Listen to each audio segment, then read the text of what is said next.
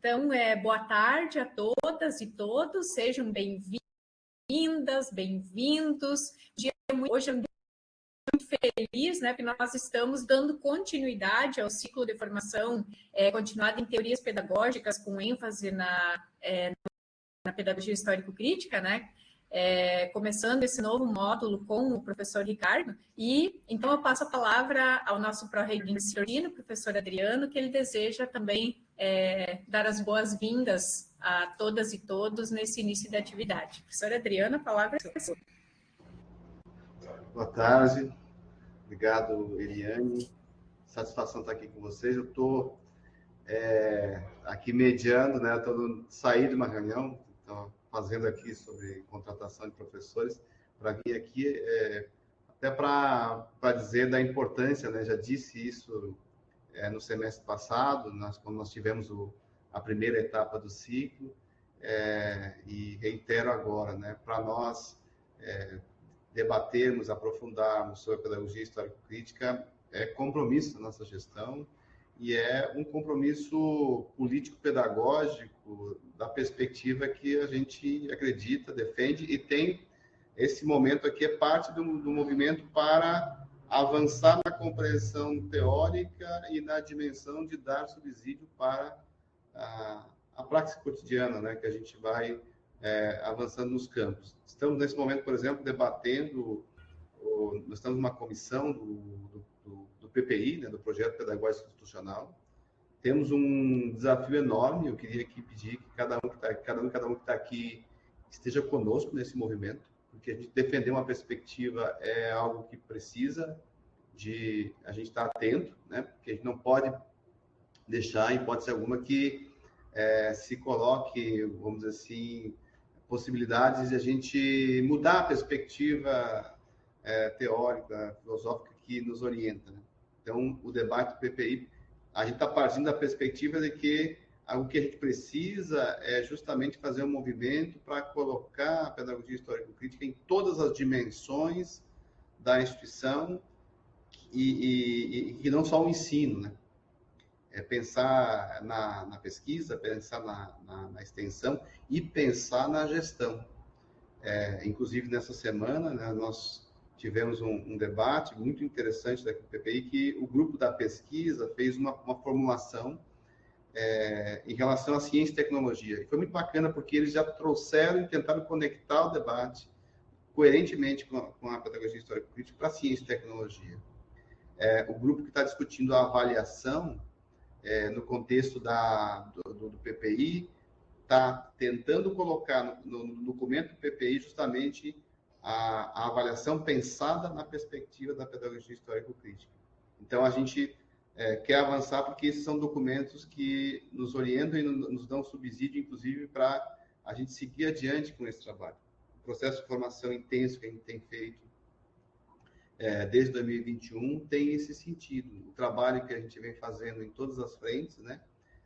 Os palestrantes que a gente convida, e aqui eu gostaria de agradecer muito a presença do professor Ricardo, né? Que a gente sempre entende que nossos palestrantes são aquilo que vão permitir a gente ter a fundamentação teórica para a gente teoricamente avançar, mas também politicamente avançar no contexto institucional. Então, queria desejar aqui um excelente evento, né? Um ciclo. Lamentar, porque a vida de gestão a gente tenta, né, participar, mas nem sempre consegue. E convidar, né, colegas que estão conosco a nos ajudar nesse movimento, a partir da formação em cada campus, aqui na reitoria, em cada setor, a gente poder praticar a pedagogia histórico-crítica, né, e trazer sempre ela como elemento que vai sendo incorporado no dia a dia, nos PPCs, nos cursos, né, enfim, no trabalho que a gente realiza. Eu acho que é fundamental que a gente dê esse passo, e a gente tem feito esse esforço no sentido de que a gente possa avançar, e claro que sempre há movimentos de contraponto, de resistência, mas eu acho que a formação é justamente aquilo que nos dá a condição de estar melhor preparados para os embates que virão. Então, agradeço pela oportunidade, parabenizo novamente a professora Eliane e toda a equipe que está envolvida, e aqueles que estão aqui se dispondo a participar desse momento também de formação, de acompanhar, de se formar, assim como todos nós estamos fazendo todos os dias. Muito obrigado e boa tarde, bom evento.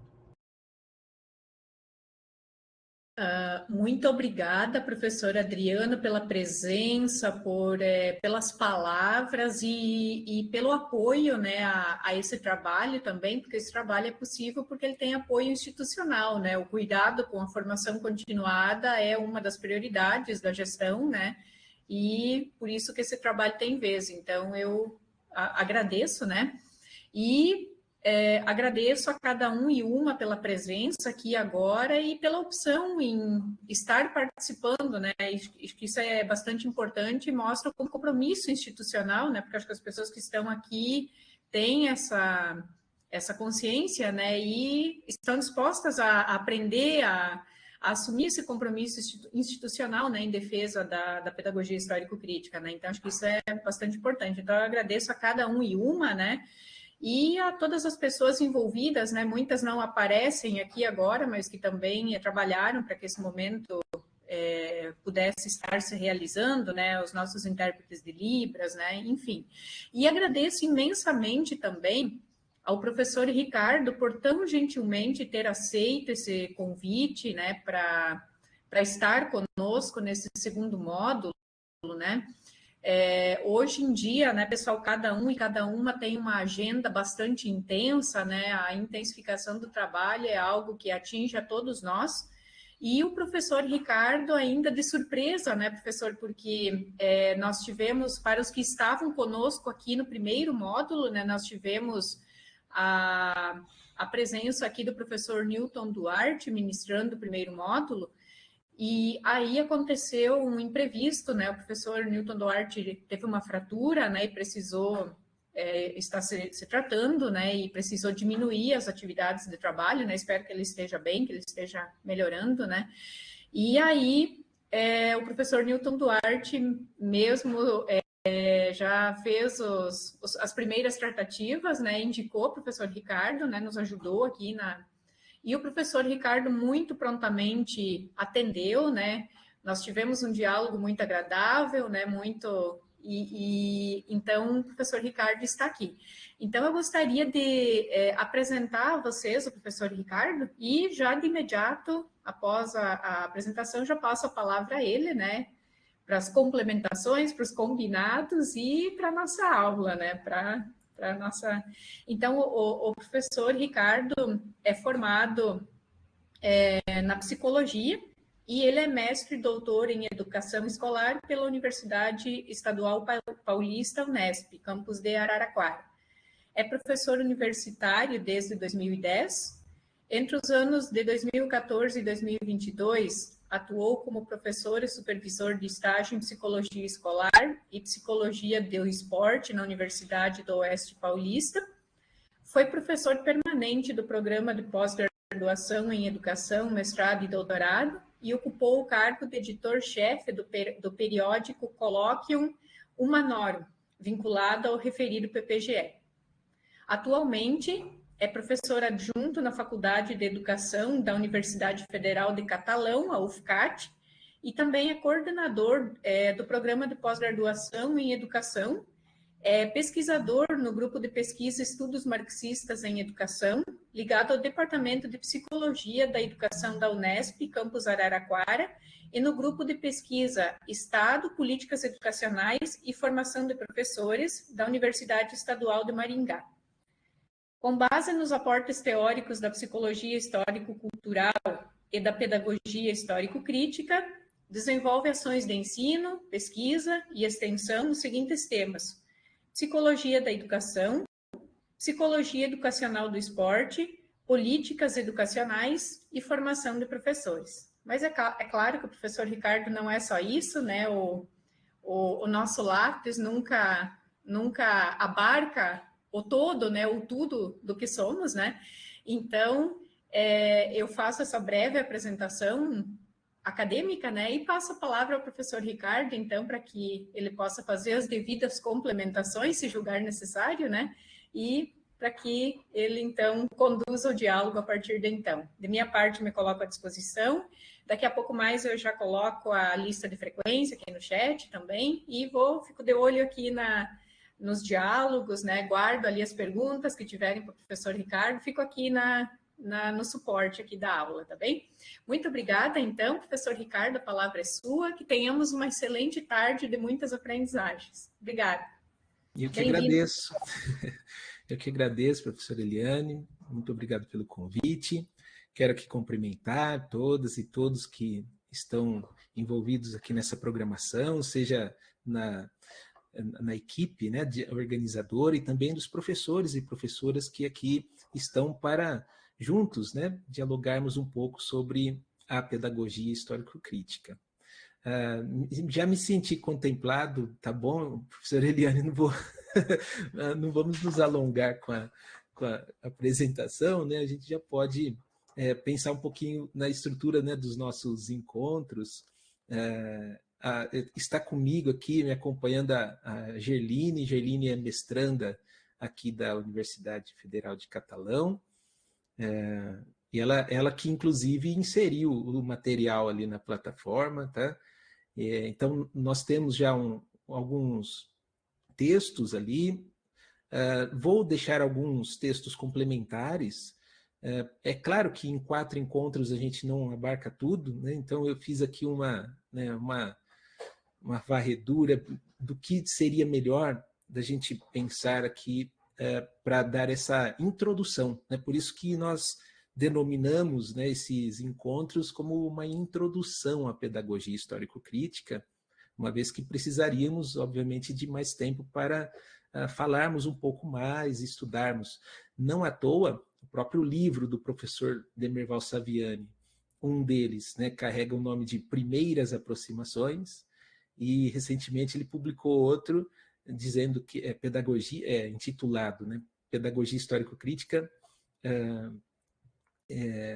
são novas aproximações, né? Então, nós estamos ainda, né, nesse processo, né, de não só o estudo da pedagogia histórico-crítica, bem como seus fundamentos pedagógicos, didáticos, né, didáticos, filosóficos e psicológicos, mas também na luta da implementação dessa abordagem pedagógica em municípios, e muito feliz em ter ouvido aqui o pró-reitor dizendo, né, dessa empreitada em implementar também, né, pensar o ensino no Instituto Federal à luz da pedagogia histórico-crítica. Bom, gente, eu preparei aqui um slide para a gente acompanhar um pouco nossa conversa. Eu vou pedir para a professora Eliane, por favor, se puder disponibilizar a chavinha aqui que eu compartilho meus slides com vocês. Já estou passando aqui, só um minutinho. Já estou passando. Uhum. E, bom, a minha aula, gente, nós vamos, assim... Pronto, professor. Tá, muito obrigado. Viu? E a varinha mágica do apresentador. Obrigado. Gente, nessa nossa conversa, esse nosso diálogo, então podemos deixar aberto, embora seja uma metodologia mais expositiva, dialogada por minha parte, mas assim, tanto no chat quanto aqueles que utilizarem-se do microfone, né, podem me interromper ou pedir a palavra, ou senão a gente coloca alguns momentos, né, de perguntas e possíveis respostas, né, a partir da organização da professora Eliane ali, tá bom? Acho que é melhor, porque se eu ficar no slide, em vocês aqui na tela e no chat, aí, né, aí pode aumentar, aí eu vou pedir para a professora Eliane, né, se tiver alguma pergunta, algum comentário no chat, né, que nos passe, tá? Que aí a gente... eu consigo me concentrar mais nos outros aspectos aqui. Eu sei que a aula remota é isso, né? A gente, né, acaba fazendo uma miscelânea de atividades, né, ao mesmo tempo, supostamente ao mesmo tempo, né? Então, quanto menos estímulo para gente, né, a gente focar aqui no nosso conteúdo, tá?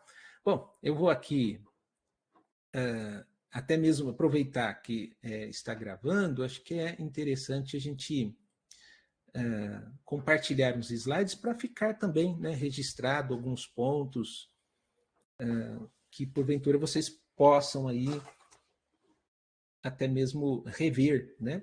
Eu, falando em rever, eu consegui assistir assim, um tanto rápido alguns flashes, né, das aulas que foram gravadas pelo professor Newton. Vi que vocês tiveram já um panorama das abordagens ou das teorias pedagógicas, e agora seria entrar justamente no assunto da pedagogia histórico-crítica.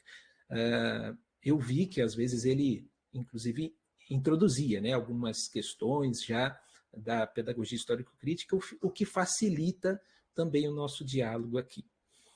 Antes de iniciar a minha aula, também quero trazer uma boa notícia, né? Hoje o professor Newton e eu conversamos, o médico ortopedista diz que ele está recuperado, né? E agora ele volta a andar, né? Sair da cadeira, né, de roda e andar, e vai passar por algumas sessões de fisioterapia, justamente para poder, né, voltar à sua cotidianidade no sentido, né, de locomoção. Mas está muito bem, tá? Bom, gente, então vamos lá. Pedagogia histórico-crítica, uma introdução. Eu quero aqui, antes de falar do conteúdo específico baseado no texto que eu enviei, eu quero contextualizar a pedagogia histórico-crítica, onde que ela se insere. Então, o próprio professor Demirval Saviani vai afirmar que ela se insere no que nós chamamos de teorias contra-hegemônicas. Então, vocês estudaram com o professor Newton as teorias pedagógicas, dentre elas as pedagogias hegemônicas, né? Principalmente aquelas oriundas do que hoje nós chamamos de neo-escola-novismo, neoconstrutivismo, dentre outras teorias hegemônicas, né? E daí as suas ramificações, como pedagogia das competências, pedagogia dos projetos, professor reflexivo, o próprio construtivismo, que tem seu poder aglutinador e ele perpassa, né, desde os anos 80 até hoje, introduzindo seus pressupostos também nessas teorias pedagógicas, e a pedagogia histórico-crítica, ela se insere, não só ela, né, mas se insere dentro de uma categoria que nós chamamos de teorias contra-hegemônicas.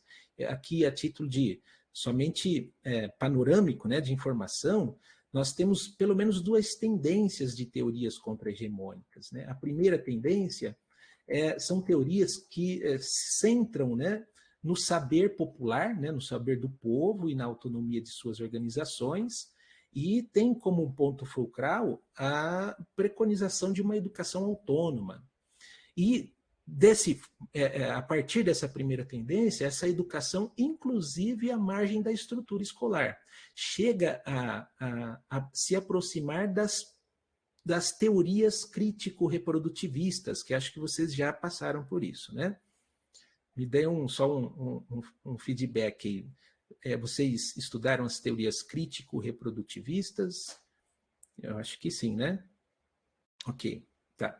Então, se eu falar disso, já está contextualizado, né? Bom, e quando essas teorias, né, dessa primeira tendência é dirigida às escolas, busca, inclusive, transformá-las em espaços de expressão das ideias populares e de exercício de autonomia popular. Dentre elas, eu destacaria aqui as pedagogias da educação popular, muito de inspiração do Paulo Freire, e as pedagogias da prática, é uma outra teoria contra-hegemônica inspirada nas ideias da tradição anarquista. Essa é a primeira tendência. Paralelamente a essas, nós temos a segunda tendência, que ela difere-se um pouquinho das primeiras, porque a pauta destas é na centralidade da educação escolar, valorizando acessos das camadas populares ao conhecimento sistematizado. Então, a gente vê uma certa inversão, né? Enquanto uma tem como elemento principal a centralidade no saber popular, e inclusive transformando a escola em espaços de reflexões do próprio saber popular, essa inspirada no marxismo, é claro que algumas com distintas, né, expressões, ela tem, então, uma visão de que a escola ou a classe trabalhadora, o filho do trabalhador, deveria se apropriar do que mais sofisticado, desenvolvido a sociedade produziu em termos de ideias, né, do trabalho não material, que a gente vai ver daqui a pouquinho. Dentre elas, a gente pode selecionar aqui a pedagogia crítico-social dos conteúdos. Essa tem uma inspiração no Snyders, ou Snyders, né, mas a gente costuma ali no grupo chamar de Snyders, e na psicologia histórico-cultural, esse PSIHC aí, né, psicologia histórico-cultural. Então, essa é a pedagogia crítico-social dos conteúdos. E a pedagogia histórico-crítica, que é essa que nós vamos estudar, ela tem uma inspiração no materialismo histórico-dialético, né, o método de conhecimento em Marx, e na psicologia histórico-cultural. Eu sugiro a leitura de um livro interessante do professor Demerval Saviani, que se chama História das Ideias Pedagógicas no Brasil, esse livrão aqui, não sei se na câmera dá para visualizar, História das Ideias Pedagógicas no Brasil, que nós temos, assim, além dessas teorias contra-hegemônicas que eu aqui listei, apenas descrevi, temos também a história das ideias pedagógicas no Brasil. É interessante para ter um panorama histórico, né? Até mesmo da necessidade de uma nova teoria pedagógica, que é essa que a gente vai estudar. E de onde vem a ideia de uma nova pedagogia, né? Uma pedagogia histórico-crítica? A ideia do professor Demerval Saviani centra-se na crítica que ele faz a alguns pressupostos da escola tradicional e da escola nova. Então, aqui eu quero trazer também, em termos panorâmicos, antes de entrarmos no nosso texto, essa relação que existe entre escola tradicional, escola nova e pedagogia histórico-crítica. O que isso quer dizer? Né? Que o professor Demerval Saviani ele vai fazer uma análise, né, da relação teoria e prática como elemento definidor da pedagogia. E nesse ponto, ele vai fazer uma análise justamente dizendo que, olha, não dá para se pautar no crítico reprodutivismo, justamente porque toda a pedagogia é a teoria da educação. Então, é a teoria da prática educativa.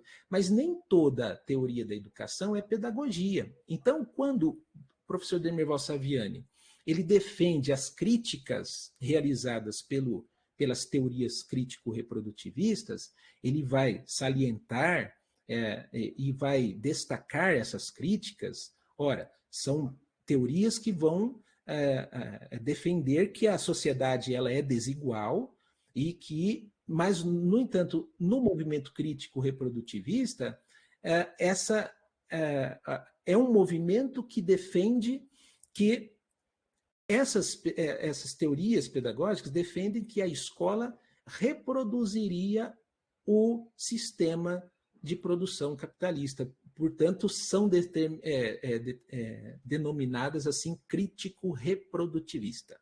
Acho que a Eliane levantou a mão, né? Sim.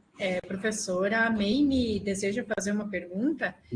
Meime, pode fazer você mesma, pode ligar o seu microfone, fica bem à vontade, tá, querida? A gente fica mais conversa, né? Quem puder, né, que tiver... Eu sei que nem todos e todas podem, alguns estão em horário de trabalho agora, nem todos os nossos computadores na instituição têm o microfone funcionando, né? Mas fiquem bem à vontade. Quem tiver as condições ali, pode só erguer a mão e, tá? Pode falar, Meime, fica bem à vontade. Boa tarde, pessoal. Desculpa já estar interrompendo a fala do professor, mas é que como ele citou o Paulo Freire, daí nas leituras eu já fiquei com essa indagação, né? Que o Paulo Freire e o Saviani têm uma base marxista, ambos, né? mas eles estão estabelecidos em correntes diferentes. Eu queria saber no que eles divergem. Eles chegaram a ter contato, trabalharam juntos em alguma situação, em algum projeto? Legal. Né? Legal. O Meime. Pode Isso, ser. Meime. Meime, na verdade, Paulo Freire não tem uma base marxista, e quem diz é ele mesmo. Né? Então, para isso, eu até recomendaria um livro que é um diálogo entre o Saviani e o Paulo Freire. Paulo Freire vai trazer, assim, o Saviani, ao longo do texto, pergunta assim, né? Ô, Paulo Freire, você é marxista? Aí o Paulo Freire ainda faz aqueles trocadilhos dele, né? Aí ele faz até uma certa brincadeira. Ele fala assim, olha, se eu falasse que eu seria marxista, o Marx levantaria do túmulo e viria, né, discutir comigo como um marxista creria, né, acreditaria numa vida após a morte. Enfim, é um trocadilho muito inteligente que Paulo Freire faz. Mas nesse livro, eu vou pegar ele aqui, que eu sempre esqueço o título de livro, é muito importante uma coisa que o Freire fala. Ele diz assim, olha, eu não sou marxista, mas eu me baseio em muitos dos pressupostos marxistas. Né? Então, eu vou pegar aqui o livro.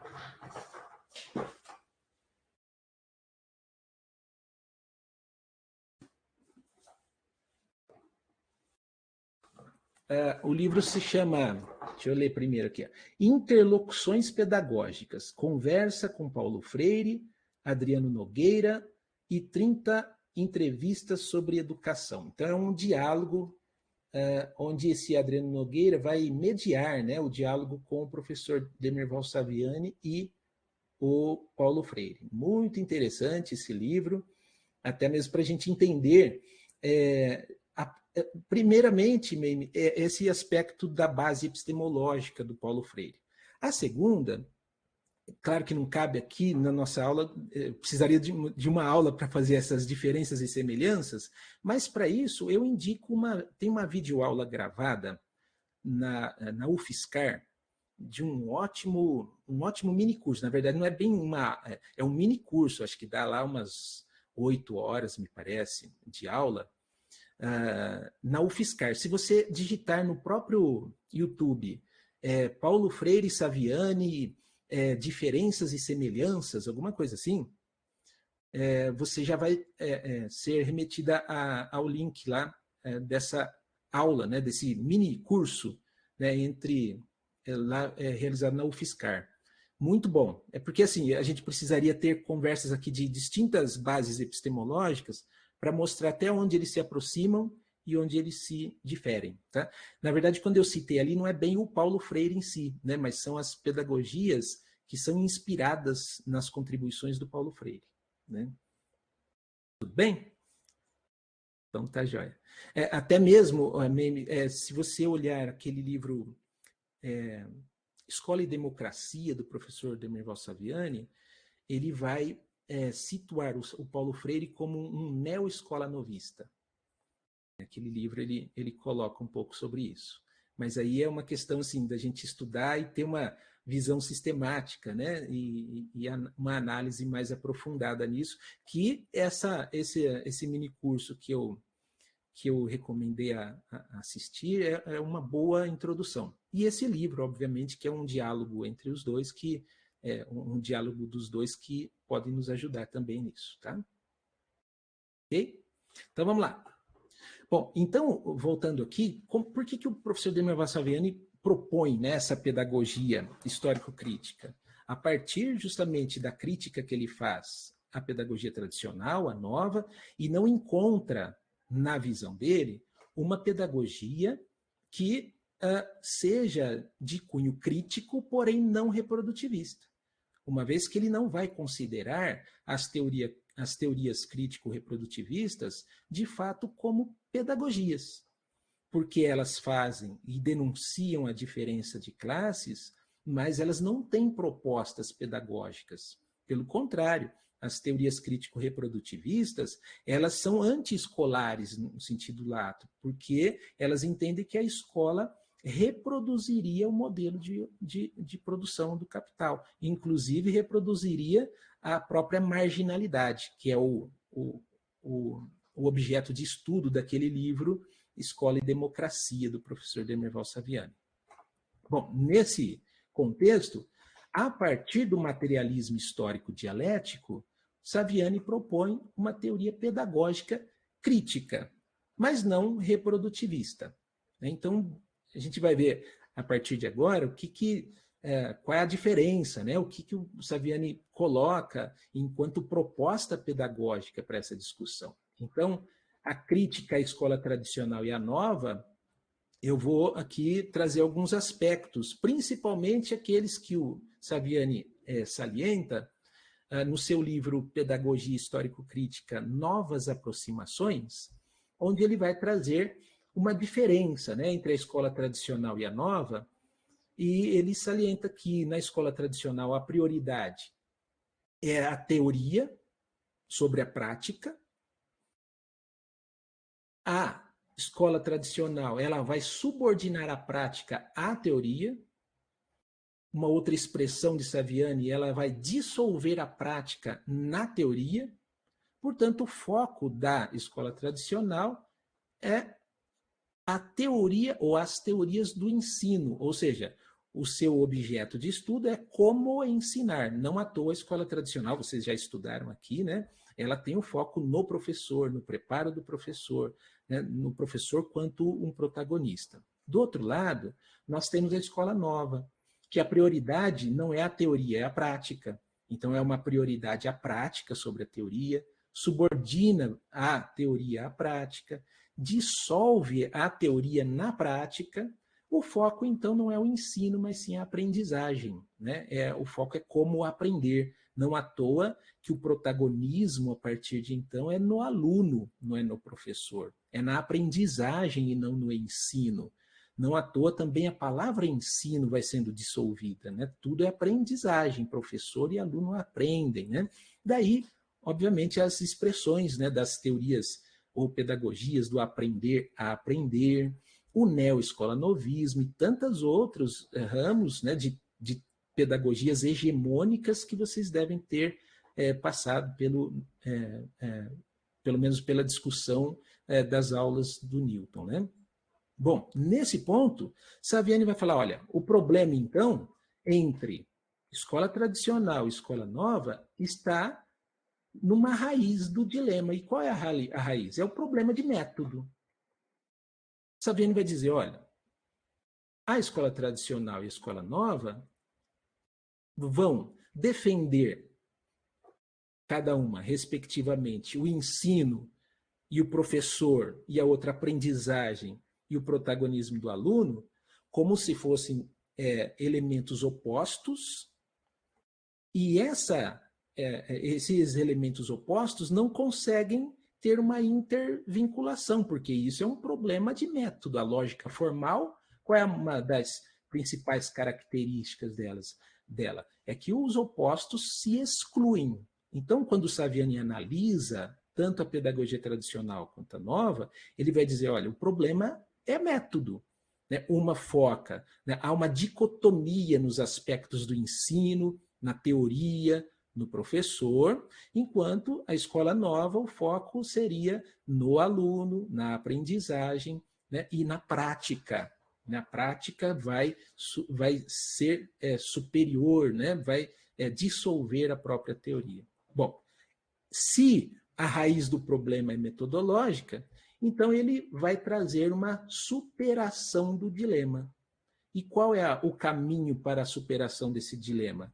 É o caminho metodológico, do princípio, inclusive, né, do próprio materialismo histórico dialético, que é a superação por incorporação. A lógica formal não é excluída, ela é incorporada nesse método, e no segundo encontro a gente vai falar bastante em método, né? Ela é incorporada justamente que a característica fulcral do materialismo histórico dialético é a categoria de totalidade. E essa categoria de totalidade, aqui para sintetizarmos, ela vai trazer uma visão de que os opostos fazem parte dessa totalidade. Então, a mediação de elementos opostos constitui, inclusive, a totalidade. a praxis educativa. Então, o Saviani vai fazendo esse panorama das pedagogias hegemônicas à época, notadamente a escola tradicional, a escola nova, para mostrar justamente a necessidade de se apresentar uma teoria de fato que supere, né, a dicotomia que ele encontrou a partir das suas análises na escola tradicional e na escola nova. Então, a partir daqui, eu vou trazer uma citação dele. Vocês vão ver que os meus slides eu trouxe bastante citação, talvez alguém não deu tempo de ler o texto, então eu vou trazer algumas citações dele aqui para a gente conversar em cima delas também. Então, ele diz assim: acredita-se que a orientação metodológica posta em movimento pela pedagogia histórico-crítica recupera a unidade da atividade educativa no interior da prática social, articulando seus aspectos teóricos e práticos, que se sistematizam na pedagogia concebida ao mesmo tempo como teoria e prática da educação. Supera-se, assim, o dilema próprio das duas grandes tendências pedagógicas contemporâneas. Então, em síntese, né, o objeto de estudo do professor Demerval Saviani, ao criticar essas duas tendências, a escola nova e a tradicional, é que haveria uma dicotomia entre teoria e prática, professor-aluno, dicotomia de ensino e aprendizagem, e aí ele propõe, né, a pedagogia histórico-crítica enquanto uma teoria que englobasse, por meio da categoria totalidade, esses opostos. Tá? Então, a partir desse panorama, o que eu separei aqui para a gente conversar hoje? A gente vai começar falando um pouquinho sobre a educação como um fenômeno especificamente humano. É aqui que eu me pauto bastante numa base filosófica da pedagogia histórico-crítica. Atrelado a isso, vamos falar sobre o conceito de trabalho, aprofundando mais um pouco a discussão do texto de hoje, o trabalho educativo e o processo de humanização. E, a partir disso, Saviani vai colocar algumas questões sobre currículo e didática. Quer dizer, o que ensinar, a gente vai falar um pouquinho sobre a questão dos conteúdos escolares, o como ensinar, né, então a forma, né, de transmissão desses conteúdos, e termino o nosso encontro hoje falando um pouquinho sobre essa dialética entre o cotidiano e o não cotidiano dentro dos conteúdos, né? Esses conteúdos cotidianos e não cotidianos. Será que a pedagogia histórico-crítica só defende o não cotidiano, os conhecimentos eruditos, e cadê os conhecimentos do senso comum, os conhecimentos populares? Né? Então, a gente vai falar um pouquinho sobre essa questão, tá? Que, inclusive, é mal interpretada, né? Muitas pessoas têm, na pedagogia histórico-crítica, uma pedagogia conteudista isenta da discussão da cotidianidade dos alunos. Quero trazer aqui no próprio texto essa discussão que vai justamente de encontro, né, a esses equívocos, né, na leitura, não só do professor Demerval Saviani, mas também de seus continuadores. Bom, dentro desse conteúdo, eu gostaria de destacar algo que está lá no livro Pedagogia Histórico-Crítica, Primeiras Aproximações, onde Saviani fala que a pedagogia histórico-crítica ela precisa ser edificada a partir de 3 fundamentos: seu fundamento filosófico, didático e psicológico. Quando se fala no psicológico, ele vai defender essa articulação entre pedagogia histórico-crítica e psicologia histórico-cultural, que a psicologia histórico-cultural vocês já vão ver que entrará na discussão nos próximos encontros também. Tá? Hoje vou ficar mais nos aspectos do fundamento filosófico e didático a partir desse texto nosso. Então vamos lá. A primeira coisa que o texto vai trazer, logo de cara, né, nas suas primeiras linhas, é que a educação é um fenômeno especificamente humano. E Saviani vai defender a ideia de que, se a educação é um fenômeno especificamente humano, é necessário estudarmos o próprio fenômeno humano, né? O fenômeno próprio dos seres humanos. E eu quero aqui começar com essa base, porque o texto não vai se alongar nisso, mas como eu falei, a gente vai trazer uma base filosófica para entender de fato, nessa perspectiva, o que é o ser humano, né? Como ele se constitui, né? Por que a educação é um fenômeno especificamente humano? Porque não encontramos esse fenômeno nos demais animais, né? Para explicar isso, nós sempre recorremos às bases filosóficas, né, teórico-metodológicas do materialismo histórico-cultural, ou do materialismo histórico-dialético, desculpem. Bom, então vamos falar um pouquinho sobre a natureza humana, uma vez que faz-se necessário o estudo da natureza humana para compreendermos a natureza da educação. Não à toa o texto leva esse nome, né, sobre a natureza e a especificidade da educação. Bom, nesse ponto, é importante destacarmos 3 características que nos diferem dos demais animais. Então, entre os seres humanos e os demais animais, existem 3 características importantes na sua atividade consciente. A primeira delas é que a atividade dos seres humanos, diferentemente dos demais animais, é uma atividade guiada, organizada por necessidades biológicas e culturais. Enquanto os demais animais, sua atividade ela é organizada a partir das necessidades biológicas. Não à toa, os demais animais, para continuarem sobrevivendo, tanto o próprio animal quanto a sua descendente, sua prole, é um sistema de adaptação à própria natureza. Enquanto os seres humanos, eles produzem, a partir da natureza, elementos culturais, sejam as ferramentas de trabalho, que provocam mudanças na própria natureza, construindo instrumentos para a própria sobrevivência. Então, a primeira diferença entre os seres humanos e os demais animais é que a nossa atividade, ela, além das necessidades biológicas, ela também busca suprir as necessidades culturais. E tais necessidades culturais, inclusive, sobrepassam algumas necessidades biológicas. Por exemplo, a nossa forma de buscar suprir necessidades biológicas, como a necessidade de alimentação, de sono, dentre outras, elas são mediadas pela própria cultura.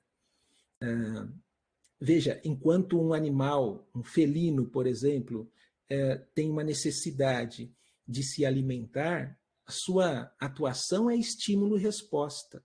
Ele tem contato com o estímulo, seja um animal que ele vai... né?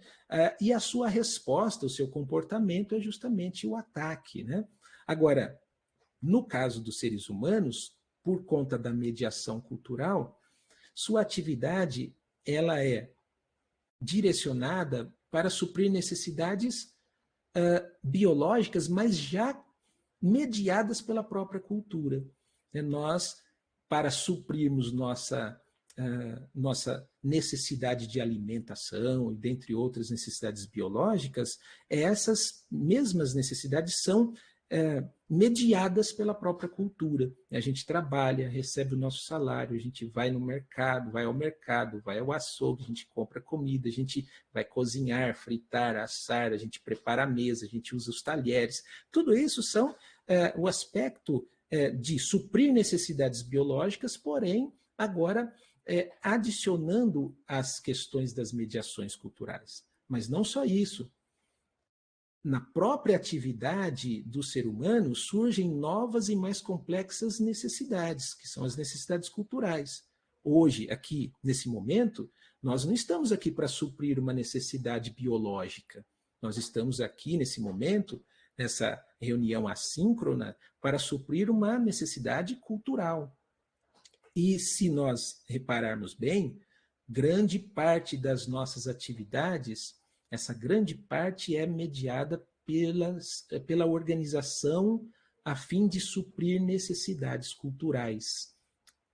E eu saliento uma coisa, até as próprias necessidades biológicas serão modificadas por conta das necessidades culturais. Posso dar um exemplo aqui.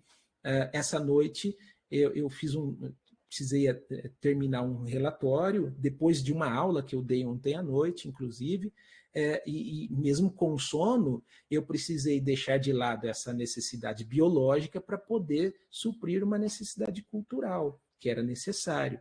Então, veja, isso me remete a tantos outros exemplos, né?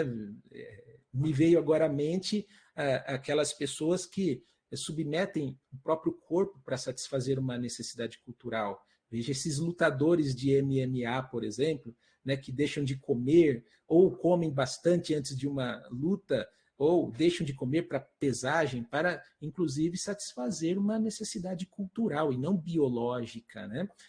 Tantos outros exemplos que eu não aqui vou me estender, mas eu quero só aqui mostrar que a primeira diferença entre os seres humanos e os demais animais é que a nossa atividade consciente, ela não é só guiada por necessidades biológicas, mas, sobretudo, necessidades culturais.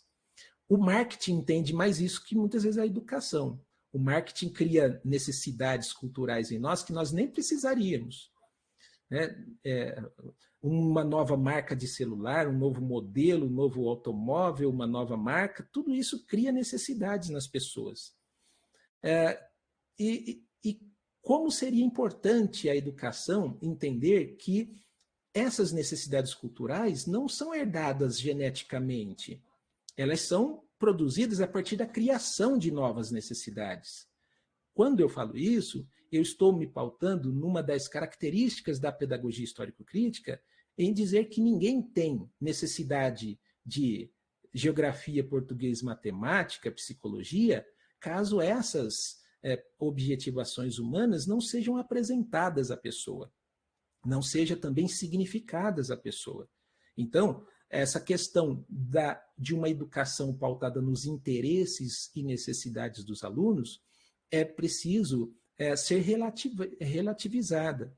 O próprio Saviani diz no seu livro que eu acabei de citar, na Pedagogia Histórico-Crítica, Primeiras Aproximações, ele vai dizer assim, a educação deve ser, sim, direcionada às necessidades do aluno. E aí ele vai continuar. Mas de qual aluno estamos falando? Do aluno empírico ou do aluno concreto?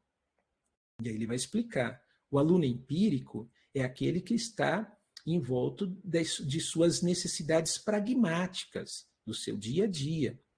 O aluno concreto é aquele aluno abstrato, aquele que muitas vezes nem conhece as próprias necessidades e interesses necessárias para que ele se torne, de fato, um representante do gênero humano, para além da sua particularidade. Ou seja, são necessidades que estão postas e dentro de uma possibilidade do vir a ser de desenvolvimento do próprio aluno, da própria aluna. Daí a defesa da escola criar necessidades culturais para que os alunos se apropriem dos conteúdos escolares, dos conteúdos sistematizados, e não esperar essa necessidade brotar das gavetas mais enclausuradas do seu ser. O próprio Vygotsky, no tomo 4 das suas obras escolhidas, ele vai dizer que seria muito ingênuo da nossa parte deixar um barquinho, ele dizia lá da antiga União Soviética, seria muita ingenuidade nossa deixar um barquinho no mar e esperar que naturalmente ele chegasse às Américas. Não, esse barco precisa ter vela, precisa ter um guia, precisa ter leme, ele precisa ter, né, determinadas especificidades. E ele volta às questões da educação e diz assim, assim também é o processo educativo. Não é recomendável que este seja a partir das necessidades do próprio aluno. E ele vai dizer, é importante que a escola, a educação, crie também necessidades culturais, necessidades mais complexas que não estão gravadas no nosso código genético. Essa é a primeira característica. A segunda dela é que a nossa atividade ela é mediada e não imediata. Enquanto os demais animais se relacionam com a natureza por meio de uma estrutura estímulo-resposta, a nossa atividade ela é mediada pela cultura, né? Tanto pela cultura cotidiana como não cotidiano, que a gente vai ver um pouquinho mais para frente, e também é uma atividade organizada pela hereditariedade, pelas experiências pessoais, e até aí os demais animais, principalmente os mamíferos, eles estão conosco nesse mesmo barco, mas o que nos diferencia dos demais animais é que nossa atividade ela é sobretudo organizada pela experiência do gênero humano. E essas experiências do gênero humano só podem ser transmitidas às demais gerações pela educação. É aí que podemos justificar a primeira frase do nosso texto. A educação é um fenômeno especificamente humano, uma vez que somente o ser humano é aquele que consegue transmitir às demais gerações os conhecimentos que não nascem no código genético, né, as mediações culturais. Todas essas três características aqui listadas, elas também caracterizam a própria atividade de trabalho. O trabalho, ele também constitui essas três características. O trabalho é uma atividade vital humana com vistas a suprir as suas necessidades. Marx e Engels, ali no livro Ideologia Alemã, escreveram que a atividade do ser humano ela transforma a natureza para suprir suas necessidades. Então, o ser humano, por meio dessa atividade, transforma a natureza para suprir suas necessidades. No entanto, a cada necessidade suprida, surgem novas e mais complexas necessidades, que exigem, inclusive, do ser humano uma subjetividade, um psiquismo, né, mais sofisticado, mais complexo. É aí que esses autores chamam esse processo de o primeiro ato histórico. O que é o primeiro ato histórico? Essa expressão, né, o primeiro ato histórico, diz respeito a duas questões importantes. Primeira delas, o ser humano modifica a natureza para suprir suas necessidades. E o segundo delas, essa mesma atividade que transforma a natureza para suprir as suas necessidades, essa mesmo também produz novas necessidades e transformações internas, né? Transforma o ser humano, transforma a natureza interna.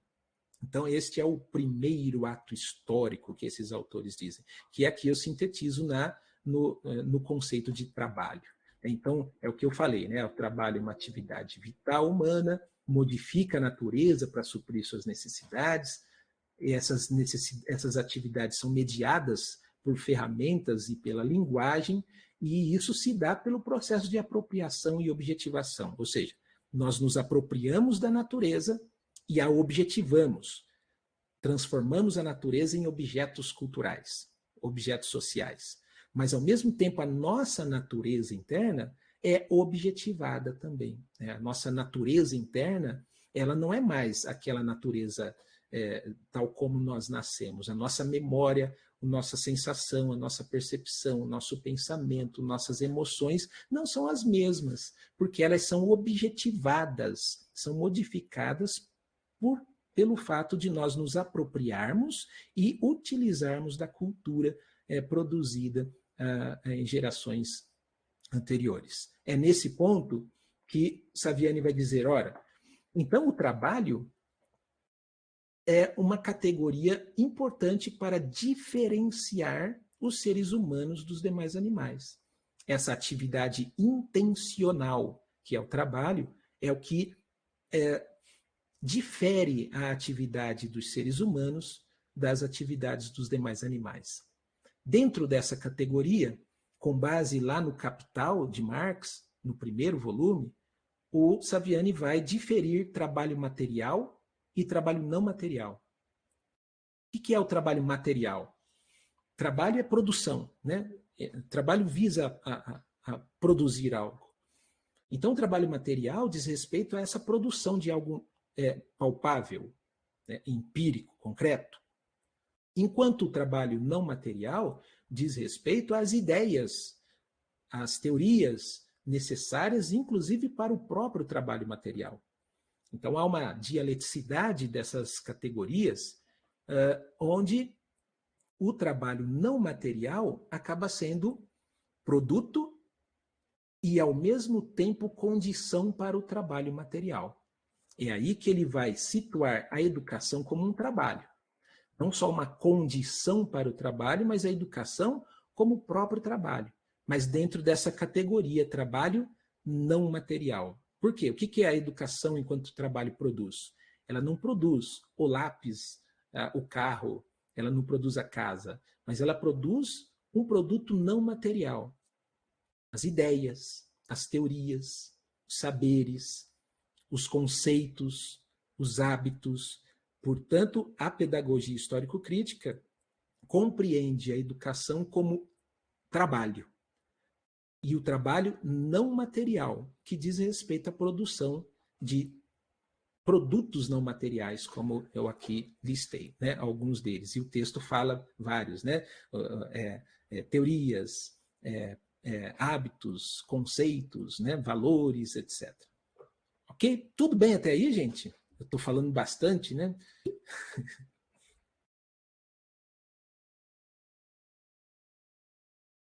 Deixa eu só emendar uma perguntinha, já que você está falando dessa questão do trabalho. E com relação ao... Falou da diferença trabalho material e imaterial, né?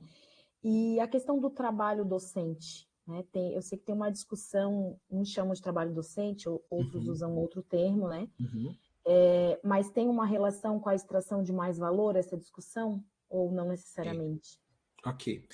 Aqui ainda estamos falando do trabalho no seu sentido ontológico.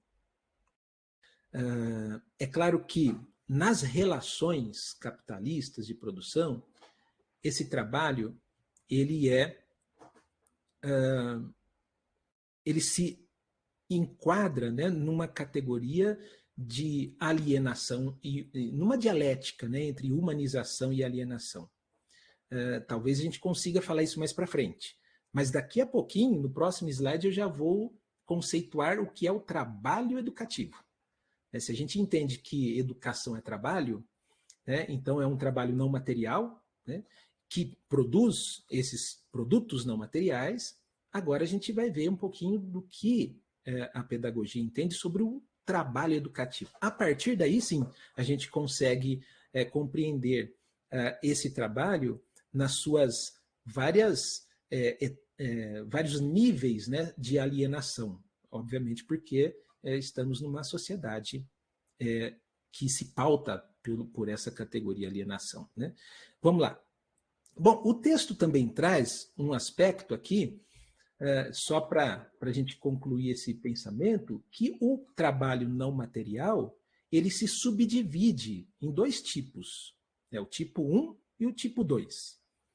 O que é essa subdivisão? Aqui, obviamente, dá espaço para a gente conversar sobre vários outros tipos de trabalhos não materiais, mas aqui Saviani diz assim, olha, o trabalho material, não material do tipo 1 é aquele onde o produto, ao ser produzido, né, o produto se separa do seu produtor e leva um espaço, um período grande de tempo para ser consumido. Então, pense numa videoaula gravada, né? Eu, enquanto produtor desse conteúdo, eu produzo esse conteúdo, mas daqui a pouco esse conteúdo ele se afasta de mim para passar por um longo processo de editoração, né? Vai passar, né, vai ser editado, etc., até ser disponibilizado para o seu consumo. Esse é o primeiro tipo de trabalho não material. Mas Saviani vai dizer que também existe que é esse agora que estamos aqui, mesmo de forma remota, é o trabalho não material do tipo 2, que é caracterizado pelo fato do produto não se separar do seu produtor e, ao mesmo tempo que é produzido, é consumido, que é o que está acontecendo aqui nesse momento. É por isso que pode ter essas trocas, pode ter perguntas, respostas, é por isso que pode ter reflexões, principalmente quando o professor não está preocupado com o horário e deixa os alunos falarem, né? Não está sendo esse caso agora. Mas esse é um tipo de trabalho não material do tipo 2, né, que o Saviani vai diferir isso.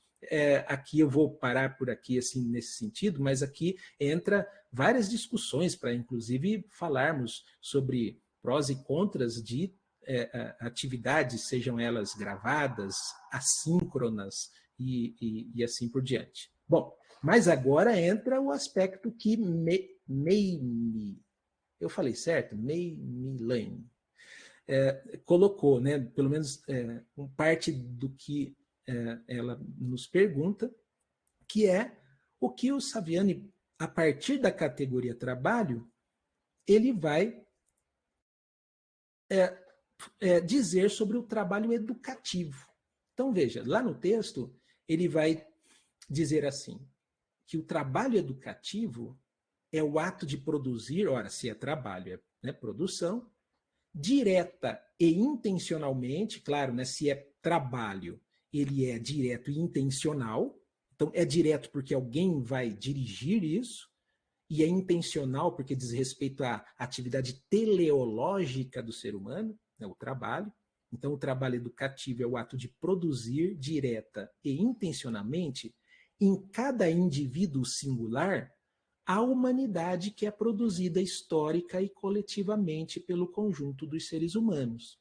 Assim, o objeto da educação diz respeito, de um lado, à identificação dos elementos culturais que precisam ser assimilados pelos indivíduos da espécie humana para que eles se tornem humanos, e, de outro lado, e concomitantemente, a descoberta das formas mais adequadas para atingir esse objetivo. Então, essa citação traz vários elementos aqui que são necessários nós analisarmos. O primeiro deles é o conceito de trabalho educativo. É produzir a humanidade no indivíduo singular. E produzir de forma direta e intencional. Ora, mas a gente já não nasce humano? Alguém poderia fazer essa pergunta. Eis aqui também um aspecto conceitual e filosófico da teoria histórico-cultural, né, fundamentada no materialismo histórico-dialético, que é a distinção dos termos ou dos conceitos humanização e hominização. Tá? Então, existe uma diferença entre isso. O que é a hominização? Hominização são todas as características biológicas da nossa espécie. Não à toa, ali naquele livro Individualidade para Si, o professor Newton Duarte chama essa hominização de espécie humana, ou seja, todas as características biológicas que nos diferem dos demais animais. Isso vem de fábrica. Isso é uma conquista filogenética. Isso vem de, né? Eu falei de fábrica aqui, mas está como a gente está usando linguagem de Libras, né? É importante a gente contextualizar que esse vem de fábrica, né? Isso é inato a nós, né? Nós nascemos assim. Agora, humanização é diferente. Nessa teoria, humanização diz respeito a todas as características sociais, culturais, que são desenvolvidas no processo ontogenético, na ontogênese. Então, a linguagem que eu estou aqui me comunicando é humanização, não é hominização. Libras é um processo de humanização, não de hominização. Esse computador, minha webcam, o seu computador, enfim, a nossa maneira de agir, sentir e falar não é mais uma maneira organizada de forma instintiva, estímulo-resposta. São formas de agir, sentir e pensar especificamente humanas. Daí o processo de humanização, que Vygotsky utiliza muito bem a expressão funções psíquicas superiores. O que são as funções psíquicas superiores? Ele diz lá no tomo 3 das suas obras escolhidas que é o processo biológico condicionado historicamente. Olha aí a questão da totalidade de novo. Não há dicotomia entre os aspectos biológicos e sociais. Nesse ponto, né, sintetizando aqui, humanização são as características especificamente humanas, que não nascem no código genético, mas são conquistas histórico e culturais. Daí a educação, ou melhor dizendo, o trabalho educativo é o ato de produzir de forma direta e intencional a humanização nos indivíduos, ou seja, as formas de agir, sentir e pensar especificamente humanas, inclusive para além das formas cotidianas de agir, sentir e pensar. A escola cumpre o papel, portanto, de produzir a humanização nas suas máximas possibilidades. Para alcançar esse objetivo, a citação continua dizendo: são necessários 2 aspectos. O primeiro deles, identificar quais são esses elementos culturais que precisam ser assimilados pelos seres humanos para que, de fato, esses se humanizem.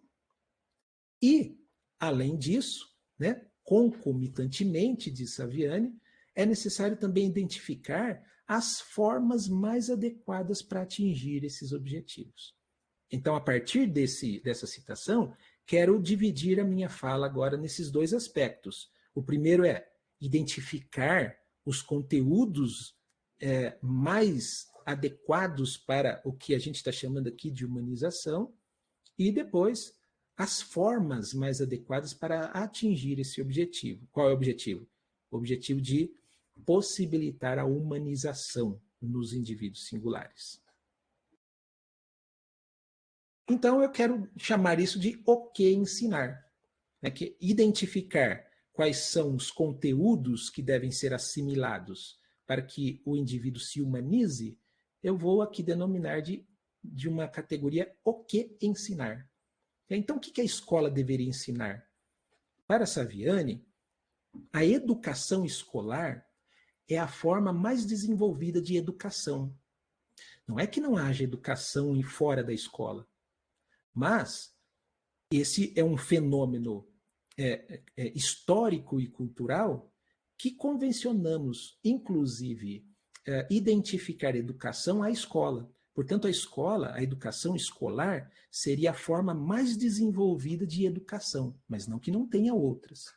Mas nesse texto, o foco é a educação na sua particularidade, educação escolar.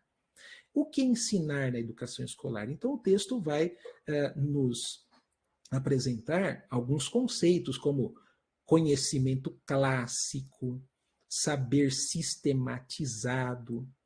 E aí, nesse ponto, Saviani vai dizer, olha, o conhecimento clássico ou sistematizado não é o conhecimento fragmentado, não é o conhecimento do cotidiano, é um conhecimento não cotidiano.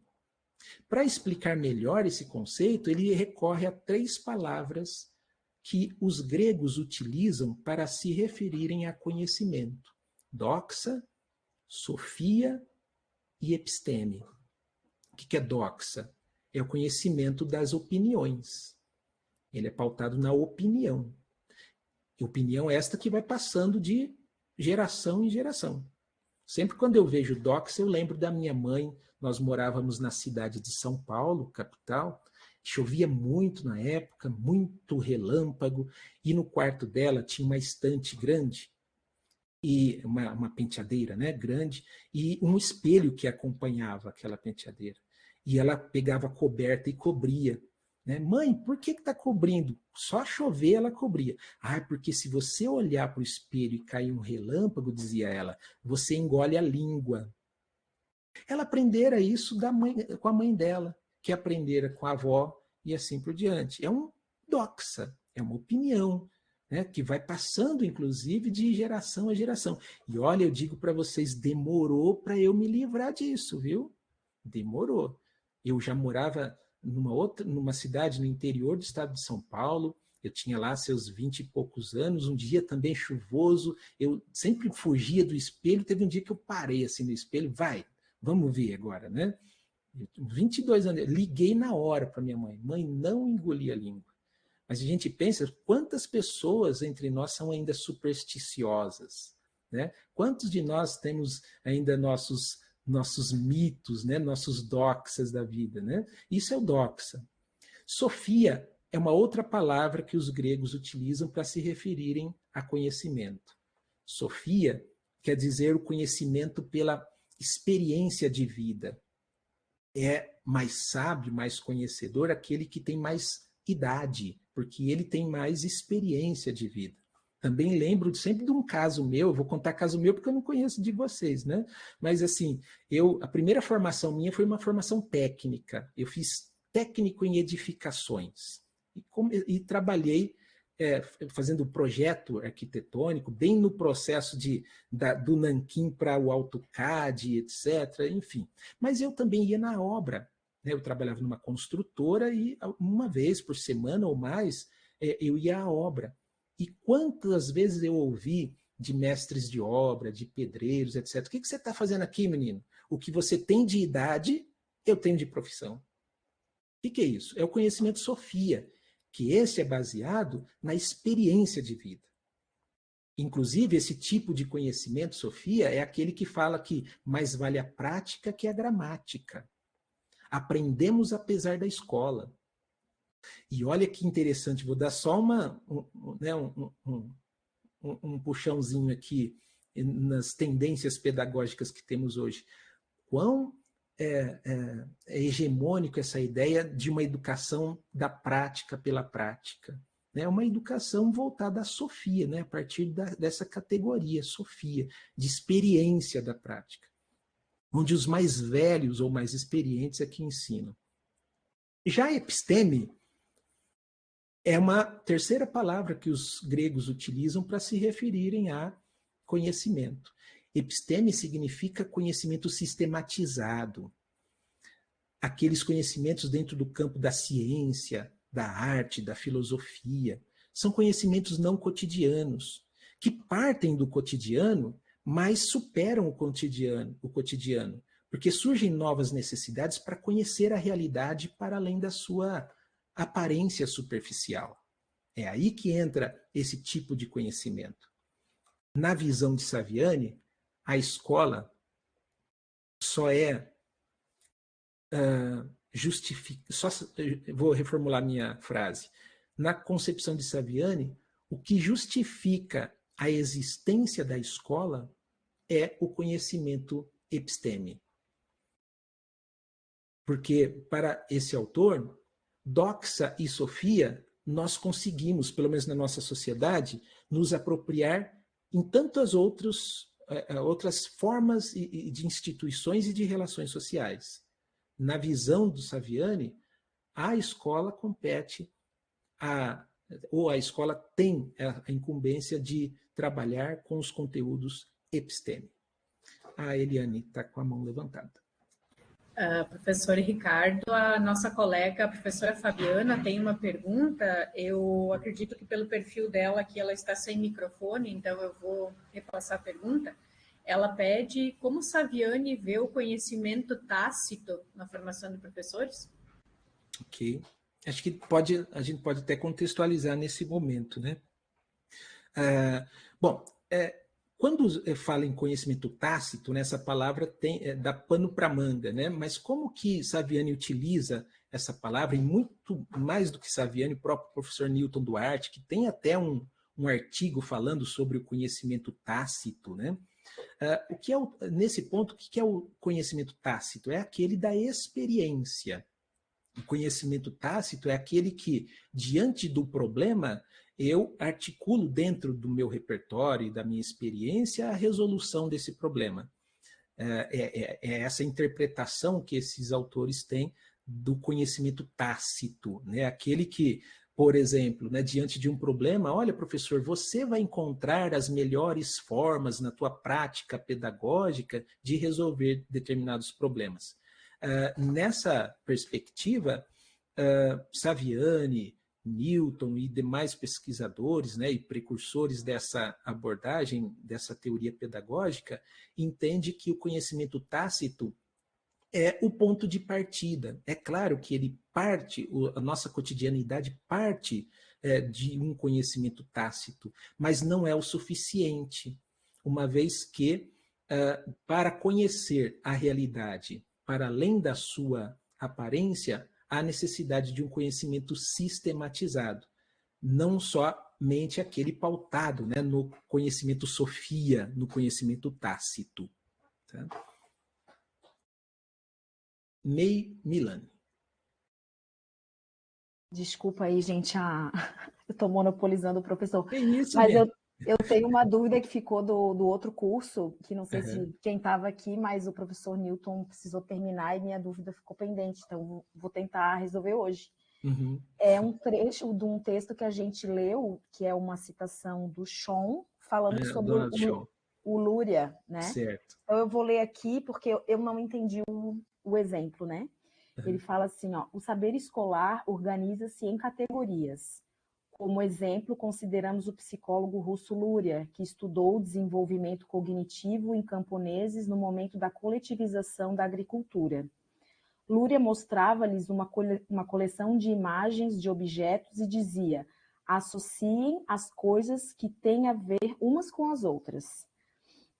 Uma dessas coleções continha uma serra, um martelo, um machado e um tronco. Quando Lúria dizia associem as coisas que têm a ver uma com as outras, os camponeses afirmavam: bom, pode usar-se a serra para cortar a madeira para as fogueiras. Pode usar-se o machado para cortar a madeira para as fogueiras. Desculpa repetir. Por isso é possível associar o tronco, o machado e a serra. Então Lúria retorquiu-lhes: eu tenho um amigo que diz que todos os utensílios estão associados. A resposta dos camponeses foi pronta. O seu amigo deve ter muita lenha para fazer fogueiras. Agrupar objetos de acordo com os contextos situacionais é muito diferente do que agrupá-los numa só categoria. Nesse sentido, o saber escolar é categorial. E eu fiquei sem entender esse trecho do texto. Ok. Vamos lá. Vamos tentar contextualizá-lo, né? O Sean está partindo de um livro do Luria que se chama Desenvolvimento Cognitivo.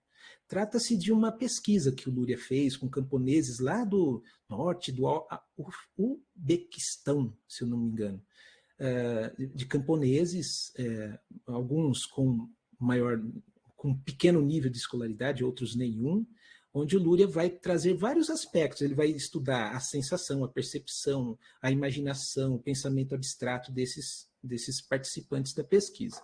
Ora, então, nessa citação, é do Sean essa citação. É por isso que o Newton fala, por que Donald Sean não entendeu o Luria? Né? Porque o Sean ele vai dizer que essa associação que os camponeses fizeram, e esse é só um exemplo de uma das várias pesquisas que o Luria fez. Eles associam aqueles objetos à sua própria prática e não ao conceito. Então, quando a gente parte do conhecimento ou do pensamento categorial, ele precisa ser, inclusive, entendido em níveis distintos. Isso no último texto nosso eu vou falar um pouquinho mais disso. Mas o que acontece? Existe aquela categoria mais voltada ao próprio cotidiano, que foi essas que os camponeses colocaram.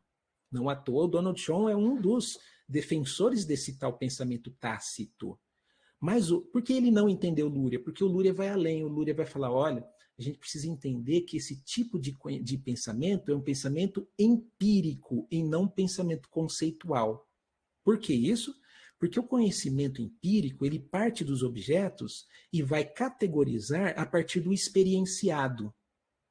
Enquanto o pensamento conceitual, eu não vou categorizar os elementos a partir do meu experienciado, mas da ideia, do conceito.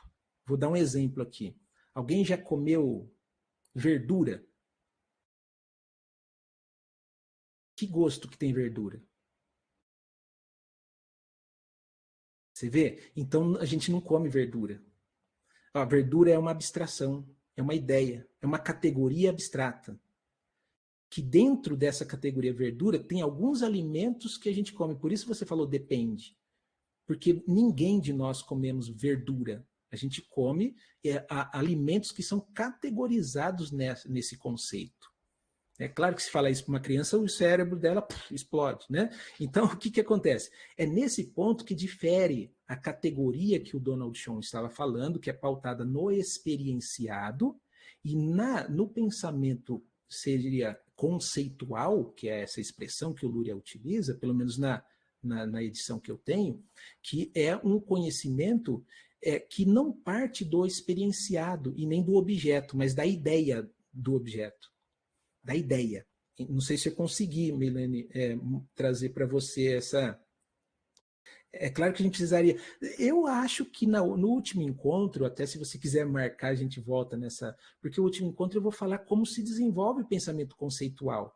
E aí entra todo um processo importante nesses níveis, né, de um tipo de representação mental mais pautada no experienciado, nos repertórios que eu já tenho, daqueles níveis de representações mentais que são pautadas nas ideias, nos conceitos, na teoria, né? Que necessariamente eu não preciso ter passado por essas experiências para poder representá-los. Tá? Acho que por hora é isso, mas acho que eu não te convenci ainda do engano, porque o Schoen não entendeu o Luria. Mas vamos ver se no decorrer a gente consegue voltar nesse ponto, que ele é muito caro, principalmente essa abordagem. Bom, nesse ponto eu quero aqui trazer algumas citações do Saviani, que é justamente essa defesa, né, pelos conhecimentos. Né, se a gente está falando aqui que o que ensinar é o episteme, né, e aí ele vai justificar por que esses conteúdos são prioritários. Justamente porque o domínio da cultura constitui instrumento indispensável para a apropriação política das massas. Se os membros das camadas populares não dominam os conteúdos culturais, eles não podem fazer valer os seus interesses, porque ficam desarmados contra os dominantes, que se servem exatamente desses conteúdos culturais para legitimar e consolidar a sua dominação. Eu costumo, às vezes, enunciar isso da seguinte forma: o dominado não se liberta se ele não vier a dominar aquilo que os dominantes dominam. Então, dominar o que os dominantes dominam é condição de libertação. Então, o Saviani vai justificar o porquê essa defesa, né, do filho do trabalhador se apropriar de conteúdos que, a rigor, estão de posse, se eles se apropriam ou não é outro esquema, mas que estão de posse a uma outra camada social. A defesa da pedagogia histórico-crítica, portanto, é que o dominante domine o que os dominantes, o dominado domine o que os dominantes dominam, para que ele possa, inclusive, pensar um novo tipo de sociedade. Veja, a pedagogia histórico-crítica não defende que o conhecimento muda a realidade. Só defende que, sem esse tipo de conhecimento sistematizado, é impossível pensar numa nova sociedade, impossível projetar uma nova realidade. Inclusive, é impossível pensar de forma crítica para sair da própria cotidianidade que nos aprisiona, até mesmo pela indústria cultural, até mesmo pelas ideologias das massas e tantas outras questões de pão e circo que colocam para a população não ter momentos de reflexão. Então, a defesa da escola enquanto transmissora dos conhecimentos episteme, né, do conhecimento sistematizado, é de fato para instrumentalizar alunos e alunas nesses conhecimentos, para que estes justamente tenham uma relação com a sua cotidianidade mais consciente. Continuando aí, essa citação está lá no Escola e Democracia. Os conteúdos são fundamentais, e sem conteúdos relevantes, conteúdos significativos, a aprendizagem deixa de existir. Ela se transforma num arremedo, ela se transforma numa farsa. Parece-me, pois, fundamental que se entenda isso, e que no interior da escola nós atuemos segundo essa máxima, a prioridade de conteúdos, que é a única forma de lutar contra a farsa do ensino. Então, veja, né, aqui, quando a gente fala desse ponto, né, que eu elegi aqui, o que ensinar, Saviani está falando dos conteúdos sistematizados. Mas a gente viu que também é necessário compreender não só o que ensinar. Não, no próprio texto nosso, hoje de base, né, está afirmando que não adianta dominar os conhecimentos sistematizados se não se descobre formas mais adequadas de transmiti-lo. Então, a princípio, para a pedagogia histórico-crítica, e aqui os professores muitas vezes param um pouco, né, para pensar assim, falam, opa, peraí, como, né? Não há uma só forma. Principalmente em municípios onde a gente está fazendo, né, esse processo de implementação, é uma pergunta recorrente de professores. Olha, como que é, então, que tem que ensinar a partir da pedagogia histórico-crítica, né? Então, o próprio texto nosso está falando que não há uma forma. Por quê? Porque trata-se da organização dos meios. O que é isso? O conteúdo, o espaço, o tempo, procedimentos, através dos quais, progressivamente, cada indivíduo singular realize a forma de segunda natureza a humanidade produzida historicamente. Então, assim, a princípio, gente, não há uma só forma, porque essa forma depende.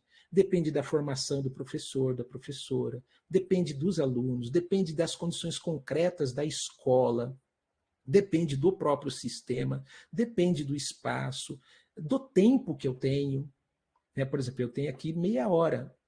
Né? Então, a forma pode mudar por conta do tempo e assim por diante. Né? Nós temos 4 encontros apenas. Então, a forma, ela sempre depende dessas condições concretas. Mas o texto dá algumas pistas desse como ensinar. Saviani coloca no texto o conceito de saber escolar. O que é isso? É dosar e sequenciar o conteúdo. Isso aqui é uma questão didática muito importante. Então, quando a gente fala de conhecimentos clássicos, né, muitos professores também perguntam, então eu vou chegar lá e vou dar Dostoiévski, vou trazer diretamente o Darwin para estudar a biologia, etc. E a gente fala, olha, cuidado, vamos lá no texto. O texto fala que é necessário dosar e sequenciar o conteúdo. Esse é um ponto importante dentro do aspecto didático, que aí eu posso, em outro momento, sugerir alguns textos que são só especificamente dentro da didática, como a professora Carol Marsiglia, né, ali no Espírito Santo, a professora Lígia Martins, tem também o próprio professor Tiago Lavoura, que também tem se debruçado no aspecto didático da pedagogia histórico-crítica. O Marcos Aurélio levantou a mão. Professor, quando o senhor começou a falar no trabalho, e a Meime colocou a questão do trabalho como produção de valor, o senhor colocou, não, eu estou discutindo o trabalho do ponto de vista ontológico. Em outro momento, a gente vai discutir a materialidade desse trabalho numa economia, por exemplo, né, de mercado.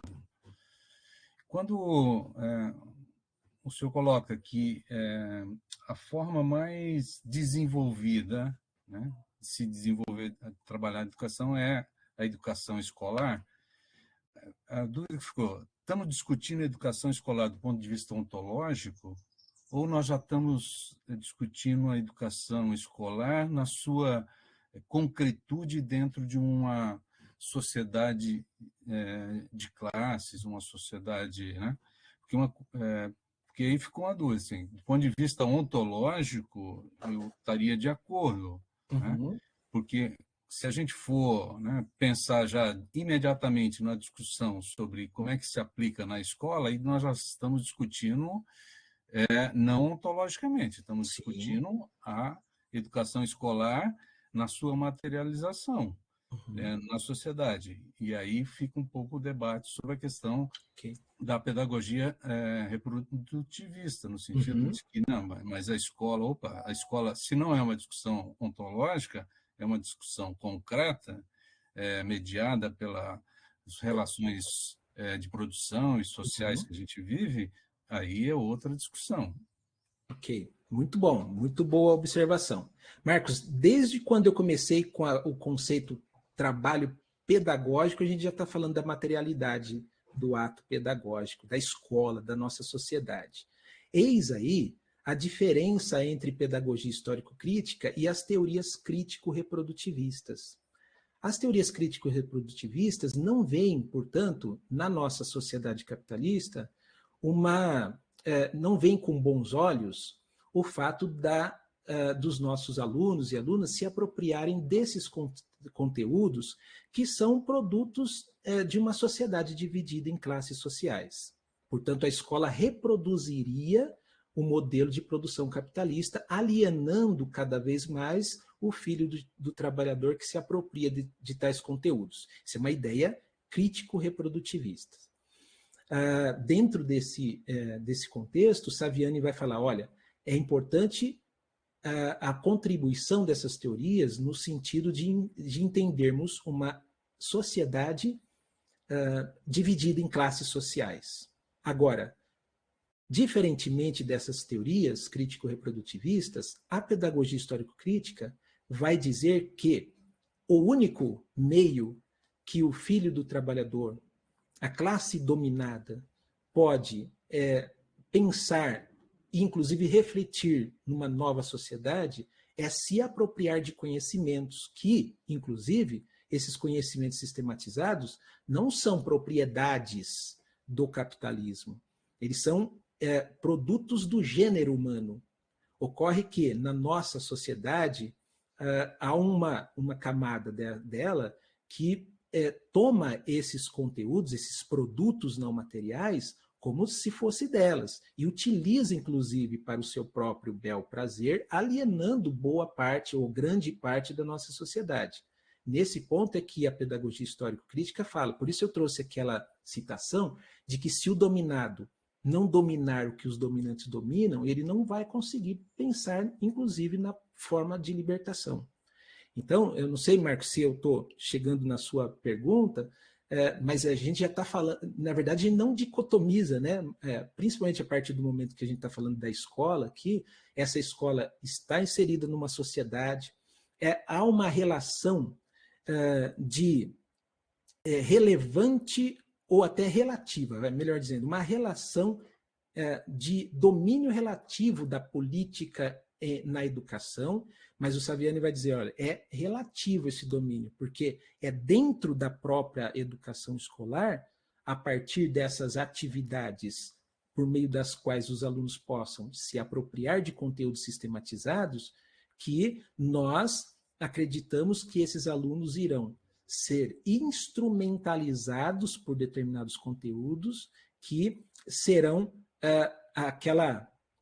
serão esses conteúdos necessários para pensar, inclusive, numa nova sociedade, uma nova relação social. Então, nesse ponto, a gente está, sim, falando dessa escola inserida dentro de uma sociedade, a gente está falando da materialidade mesmo da nossa sociedade, e não negamos o aspecto de que o capitalista ele se apropria desse conteúdo, é uma propriedade privada que aliena, inclusive, o filho do trabalhador. No final do texto, o Saviani vai fazer isso, vai falar isso que eu quero trazer aqui para vocês. Bom, em termos didáticos, a questão de dosagem e sequenciamento desse conteúdo é uma questão puramente concreta, né? Não só isso, a transmissão direta e intencional, que nós vimos lá no conceito de trabalho educativo. Então, você vê que é uma pedagogia que vai trabalhar com o conceito de transmissão, e essa transmissão, gente, não diz respeito à aula expositiva só. A transmissão direta e intencional diz respeito ao trabalho teleológico do professor e da professora. É a intencionalidade. É o professor que dirige esse processo educativo, que pode ser por jogos, que pode ser por seminários, que pode ser por estudos de grupo, mas o que aqui se pauta, essa questão da transmissão direta e intencional, é que o trabalho pedagógico não caia na falácia da espontaneidade, seja docente ou discente. É esse o ponto fulcral aqui da transmissão direta e intencional. Com vistas a quê? A automatização. O próprio texto fala, né, que ao nos apropriarmos desses conteúdos, há a possibilidade do desenvolvimento da segunda natureza. Essa segunda natureza, obviamente o Saviani está partindo do Marx, né, que vai falar do corpo orgânico e inorgânico. Essa segunda natureza, ela se desenvolve a partir dessa primeira, né, a partir das bases biológicas. Mas sob essa base biológica, se desenvolve uma segunda natureza, a natureza social, que não pode ser desenvolvida sem o processo de automatização. Então, veja, a pedagogia histórico-crítica não entende que o processo de automatização é prisão do aluno ou da aluna. Inclusive, ele vai falar, olha, é necessário esforço, repetição, insistência, persistência, para que, de fato, seja criada uma segunda natureza. É essa crítica que Saviani, aí no texto, vai fazer à escola nova, que tirou todo tipo de automatização, dizendo ser mecânica, dizendo ser alienada, né? Ao contrário, Saviani vai defender que a automatização é condição de liberdade. Eu só consigo ter liberdade se eu dominar aquele conteúdo, dominar aquela atividade. Ele até vai fazer uma comparação no texto de um motorista, né, ao volante. Quando a gente está aprendendo, né, a gente ainda fica muito focado, né, nos mecanismos, seja o câmbio, os pedais, a direção, etc. Mas daqui a pouco nós automatizamos esses movimentos e podemos, de fato, ter liberdade. Ocorre que eu tenho ouvido muito se falar assim, e a escola tem que formar alunos que escrevem criticamente, que têm uma leitura crítica. A minha preocupação maior, primeiro, de escrever criticamente ou ler de forma crítica, é aprender a ler e escrever. Então, a gente não pode pular essas etapas. Eu sou professor de graduação e pós-graduação, vocês também, e a gente sabe que muitos alunos ainda não sabem ler. Quem dirá criticamente. Pega um parágrafo, ainda não sabe nem o que o parágrafo está dizendo. Então, assim, veja que esse é um processo de automatização que requer o quê? Tempo, requer esforço, requer repetição, insistência, persistência, é o que o texto traz, né? Estou trazendo as palavras do próprio texto. Vamos ver isso aqui, até chegar numa questão que o Saviani pega do próprio Gramsci, essa expressão, né? Para que o aluno saia do seu não saber ao seu saber. Ou seja, a anomia, sem lei, até a autonomia, uma lei própria.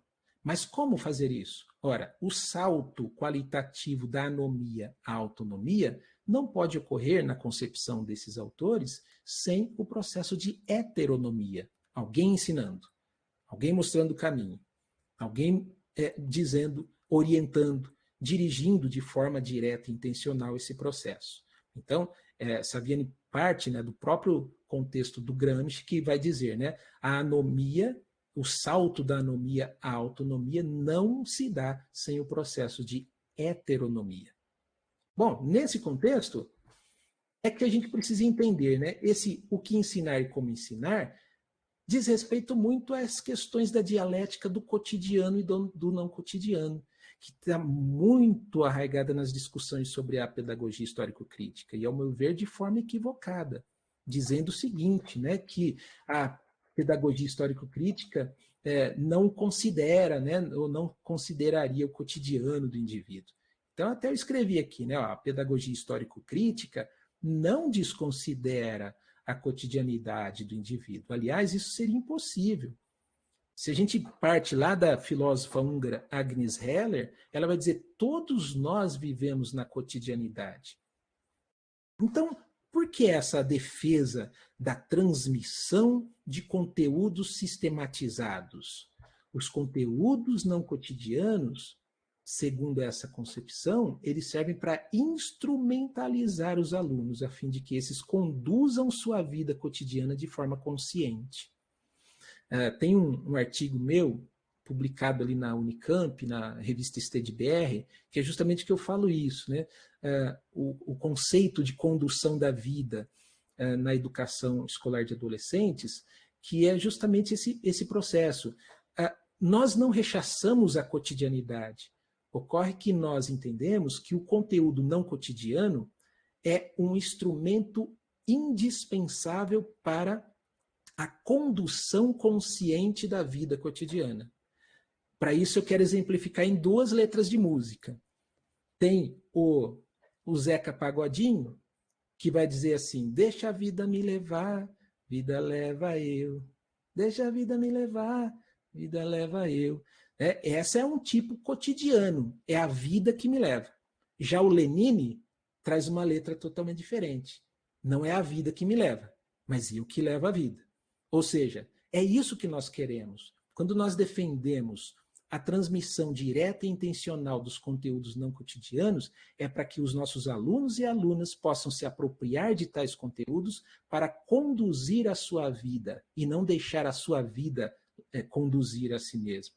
Esse é um processo, não é do dia para a noite, mas é a única forma da pessoa ter consciência, inclusive consciência filosófica, né, que o Saviani chama, para ir para além do senso comum, para ter uma relação consciente com a própria vida cotidiana.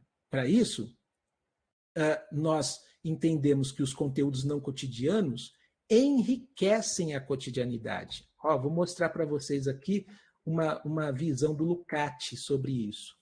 Quando o Lukács vai fazer uma comparação, né, entre vida cotidiana, ciência e arte.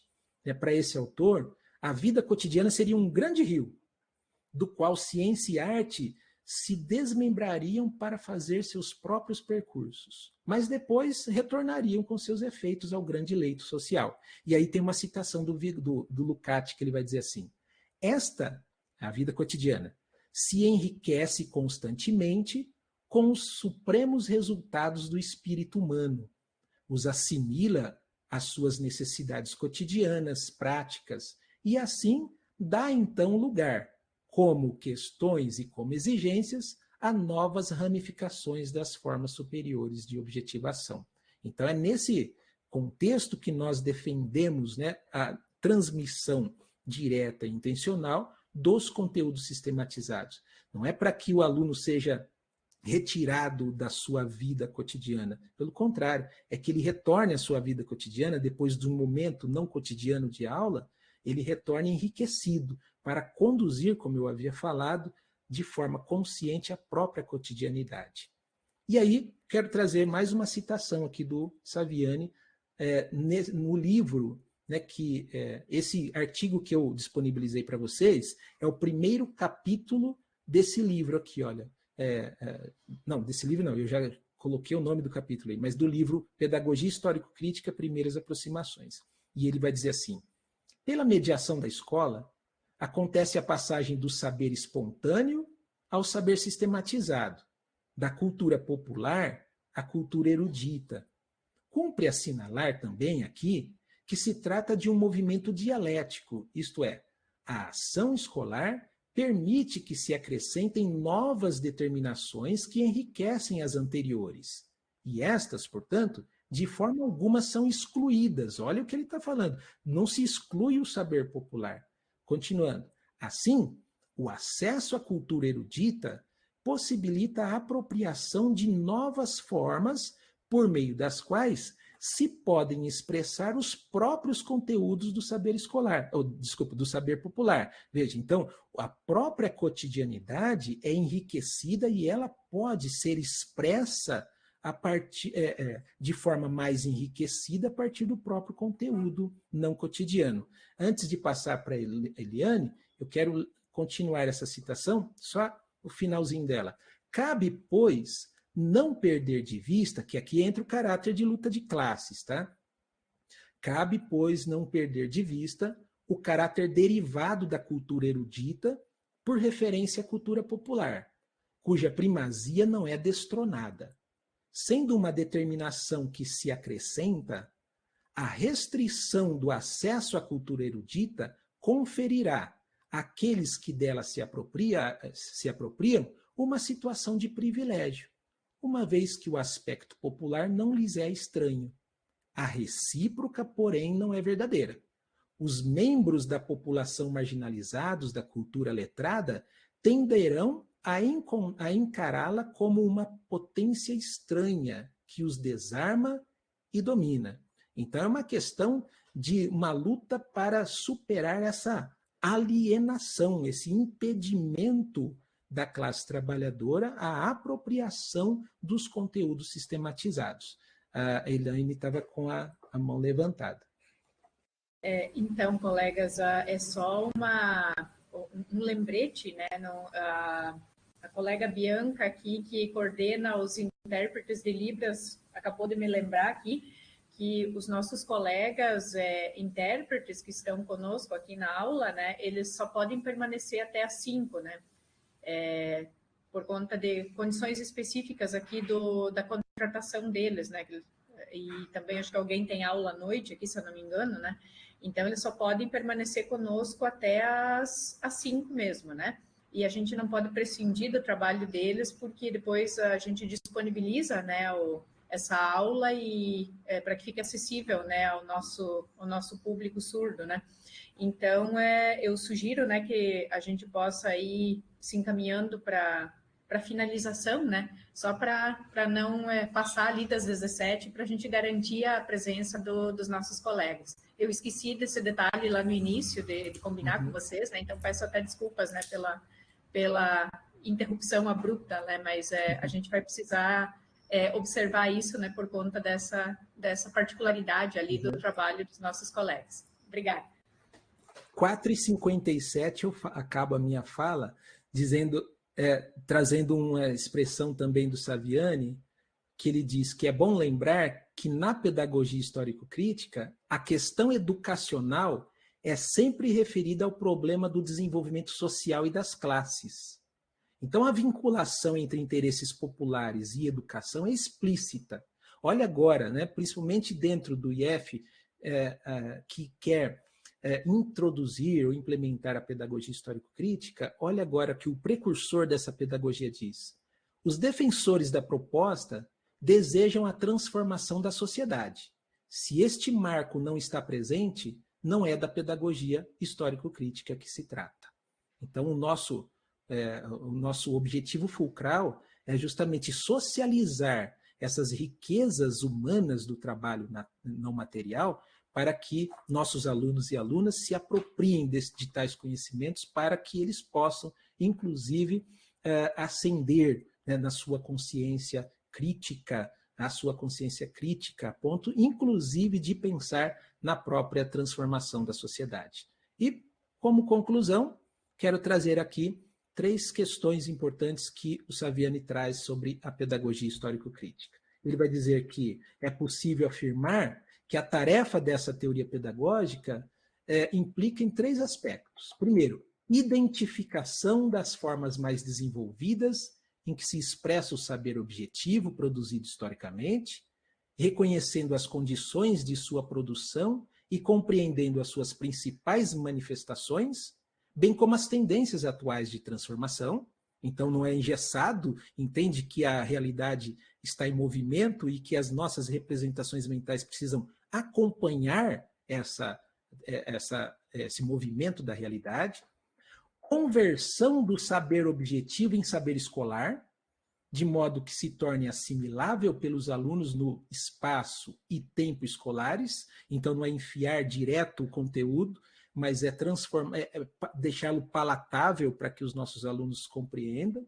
E, por último, provimento dos meios necessários para que os alunos e alunas não apenas assimilem o saber objetivo enquanto resultado, mas aprendam o processo de sua produção, bem como as tendências de sua transformação, ou seja, conhecer essa realidade em movimento e compreender que, inclusive, esse movimento pode ser para o movimento de uma nova sociedade, de uma nova realidade. Quero aqui agradecer a paciência, agradecer pela paciência de vocês, né?